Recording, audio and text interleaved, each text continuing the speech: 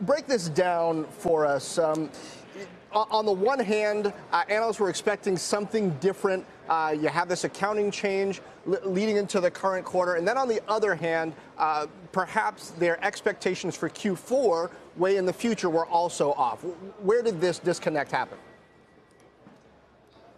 Well, John, firstly, Q1 was off to a great start. As you know, we had top-line revenue growth of 25%. The digital media business grew 22%. The digital experience business grew 34%. So we were very pleased with the Q1 results. As you know, we also raised our targets as it related to both EPS and the digital media annualized recurring revenue. So we continue to see momentum in both our growth initiatives, empowering people to create and helping businesses transform. I think there was perhaps some questions as to the linearity of how this played out during the fiscal year. And I would say most analysts probably had us a little higher in Q2 and Q3 and a little lower in Q4. And from our perspective, you know, the momentum continues in the business and it's execution against the strategic initiatives that we had. With respect to 605 versus 606, we've started now reporting under 606 with the acquisition of Marketo behind us. And, you know, for the most part, there's been very minimal impact as you think about the transition to ASC 606. Now, Shantanu, I wonder about the maturity of Creative Cloud. Those are some of your best known products that you've had for quite a while, transition to the cloud. I wonder, is most of the opportunity that you see for growth there going forward in reaching entirely new customers, or is it in upselling more of those customers to full Creative Cloud? John, it's really across the board. Acrobat had a very strong quarter. Acrobat continues to have tremendous opportunity because everybody is trying to automate inefficient processes and move from paper to digital. When we look at new products like XD, which is all about screen design, that's certainly attracting new customers to the platform, but it's also the ability for existing creatives to create new categories. We acquired a company called Algorithmic this quarter. We think that immersive media and what you can do with 3D is going to explode. Increasingly, a lot of the ads that you see are actually all computer generated, and the slew of products that Adobe has in that category are great. And at the completely other end of the spectrum, as we think about new creatives who are emerging the profession, all the way from K through 12 students, we announced that Adobe Spark is now accessible to over 7 million people around the world. And so design and creativity have never been more important. And so many years into the transition, when we say that we're going to have record ARR in creative, it really speaks to, I think, the fundamental tailwinds that we have in the creative business.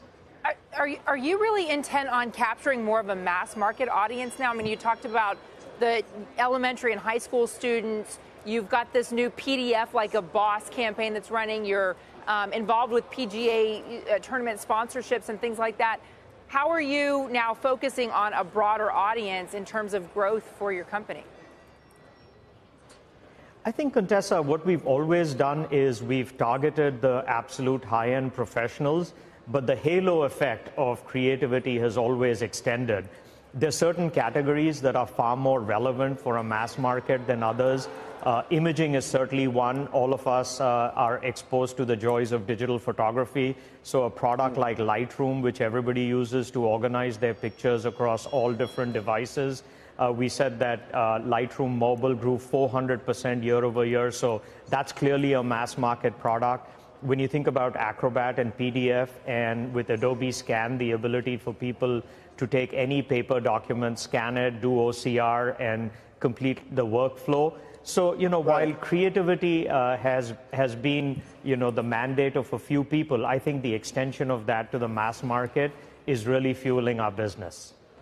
Shantanu, I want to close this out asking about the enterprise. You know, I like to ask you about M&A. I noticed on the call you talked about the sales motion with Magento and with Marketo and integrating them into the whole enterprise sales process. How much further do you have to go in that? And then How much is that going to be a core competency that you think will allow you to do more M&A if you're able to get quicker and more fluid in that integration process? John, the integration with both Magento and Marketo are going exceedingly well. We've announced that Magento, which is our commerce offering, is now integrated into our content management, and that's going really well. We announced that Marketo, which does the leading B2B technology that exists in that, we've done some integration with that and Adobe Launch.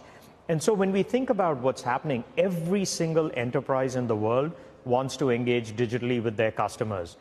We have the absolutely most breadth and depth of products that enable people to do that. And, you know, I think all the way from acquiring customers to convert them to paying customers, that's why that business grew 34%. We think the addressable market in that is tremendous. I was visiting customers all around the world.